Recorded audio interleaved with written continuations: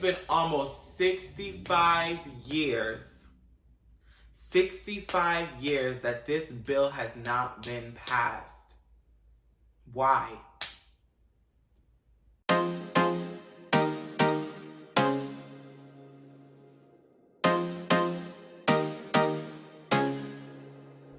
Hey guys, what's good? No, what's really good? Because right now, my blood, it's boiling. I am pissed. I feel like all of my ancestors are with me right now because today in Molly's world, I can't even get the words out. That's how pissed I am right now. Today in Molly's world, where we hop in the director's seat, sip on our treats, I get into the real good deeds. And of course, we're drinking with a plastic cup today because I'm on my bed and I don't really want to break or spill anything. So we're trying not to move as well. But today, we are getting into the nitty-gritty, the down and the dirty of the newly released biography film, documentary, whatever version you want to call it, wherever it's placed, it still pisses me off. So without further ado, let's get into the movie review of The United States versus Billie Holiday. Action.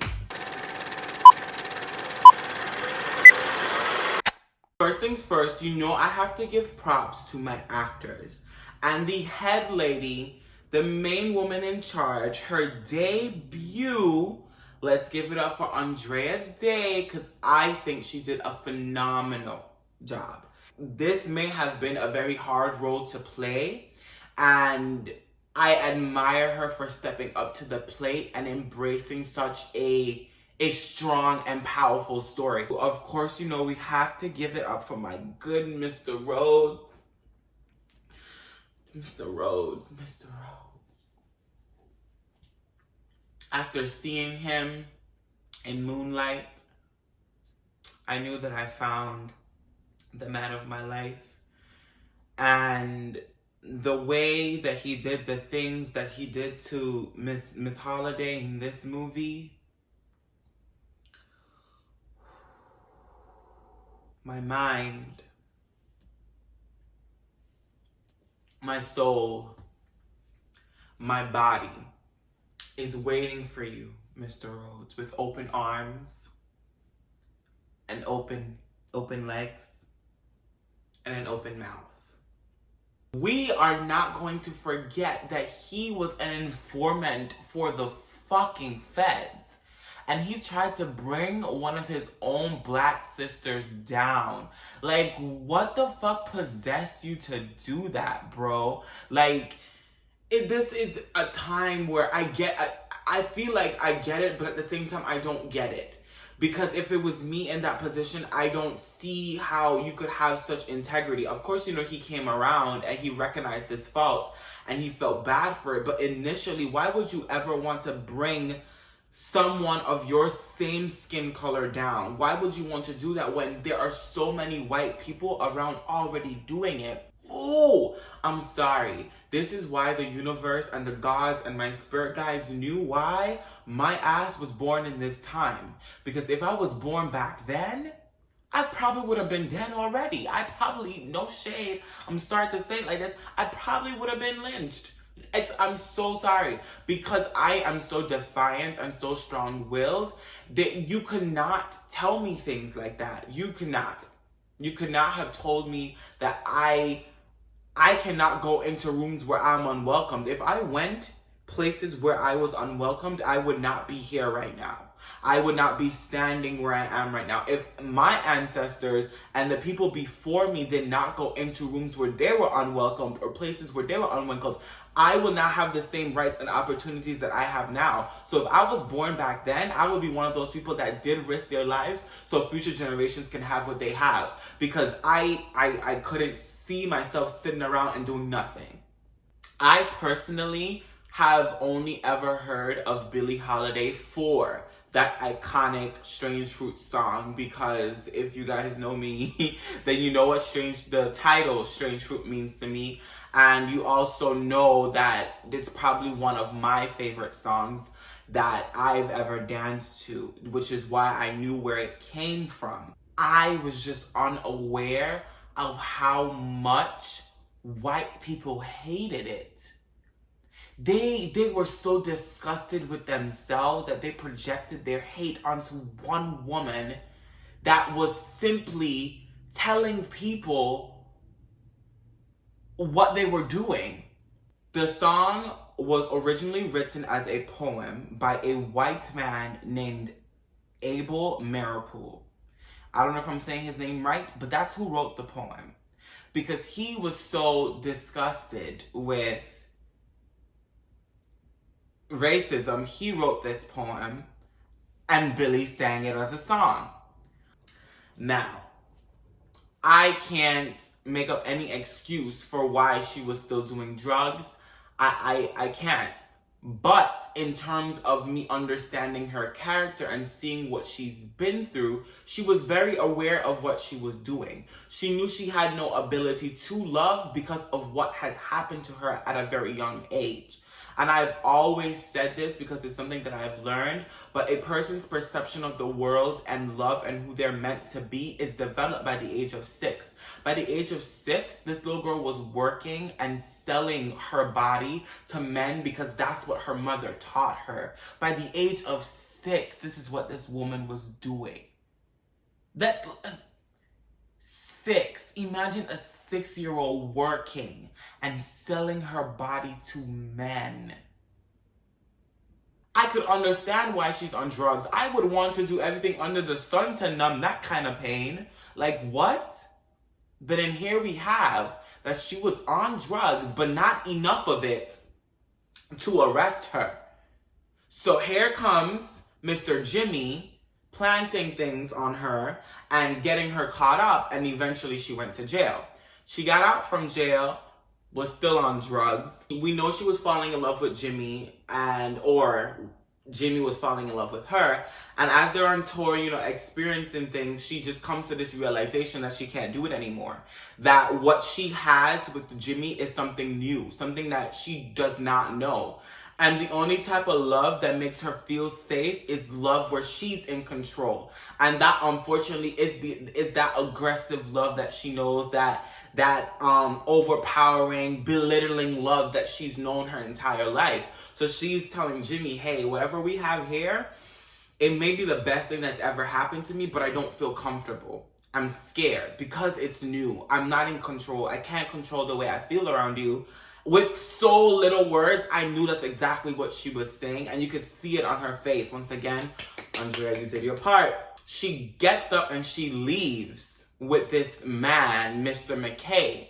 And when I heard the name Mr. McKay, it popped in my brain because I know from high school that we studied this poet called Claude McKay, who wrote a poem which I think is so perfect for the thing of today, and I'm gonna read it.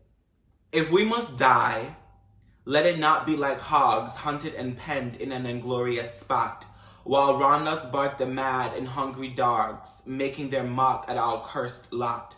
If we must die, oh let us nobly die, so that our precious blood may not be shed in vain.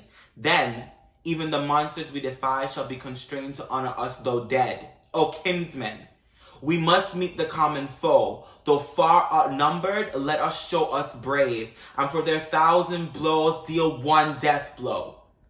What though before us lies the open grave?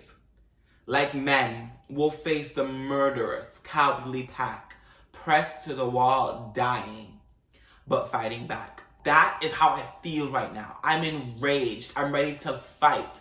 And if this is my last fight, then this is what I'm going to do. And I feel like that same drive and determination and that angst is what fueled Miss Holiday. It's what fueled Billie to continue singing that song, because she knew the power that that song had, and she knew if I was gonna go out, I was gonna go out protecting the people that I love. I was gonna go out standing up for the people that I respect and are my kinsmen and my blood and my family. And there was one part in the movie that I had to stop watching after this, because I'm a person, I'm an empath, I really can't do too much. But when that little girl was screaming for her dad, and we saw that her father was lynched,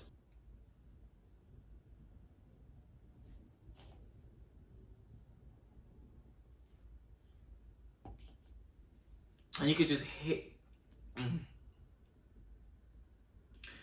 hear her voice. Daddy, no, Daddy, no. I was just...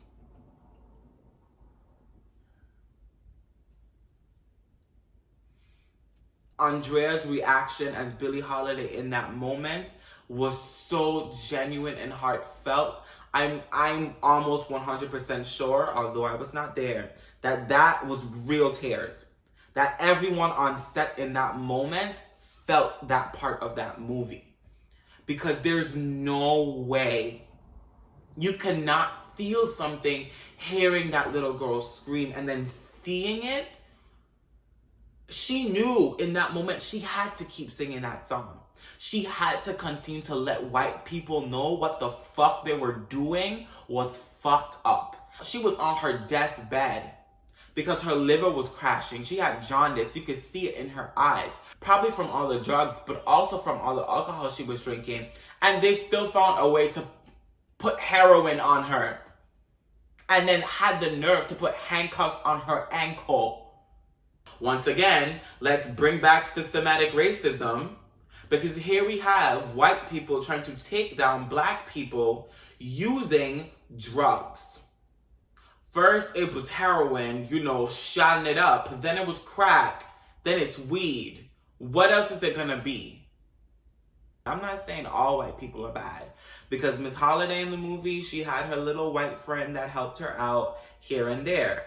I'm just saying, there are some still racist, misogynistic, demented, perverted, pedophilic white people in this world that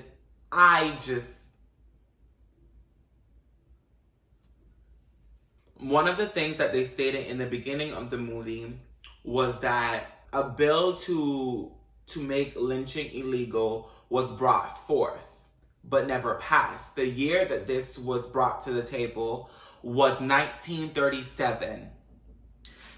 In February 2020, the Emmett Till bill again was brought to the table to cancel lynching and make it illegal, and up to this day the bill still has not been passed. It's been almost 65 years that this bill has not been passed. Why? But I definitely want to say that the movie in itself was beautiful, heartbreaking, and inspiring. It gave me chills. Like I said, Andrea did what she had to do.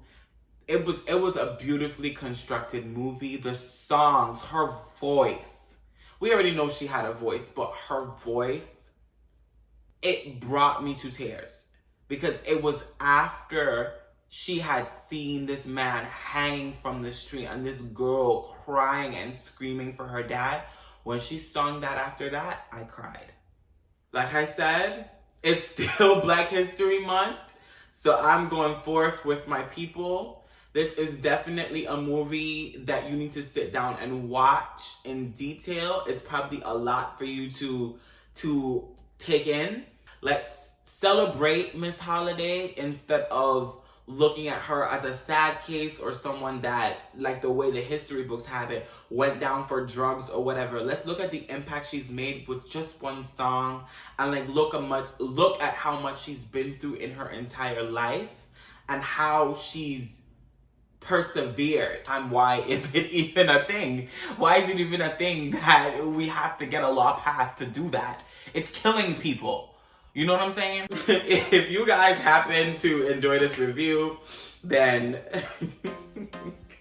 if you don't, then you don't. But happy Black History Month. I don't know what else to tell you. But if you enjoyed this review, feel free to scroll down, hit the subscribe button, then hit the notification bell so you get notifications and updates for when I post. There will definitely be more movie reviews. I'm all here for my Black people. Although I am as mad as I am, I love every single person on this planet. Despite their race, despite their gender, despite their sexuality, I am a loving person, and I genuinely love everyone. And I love you guys, and I thank you for all your support. Mwah.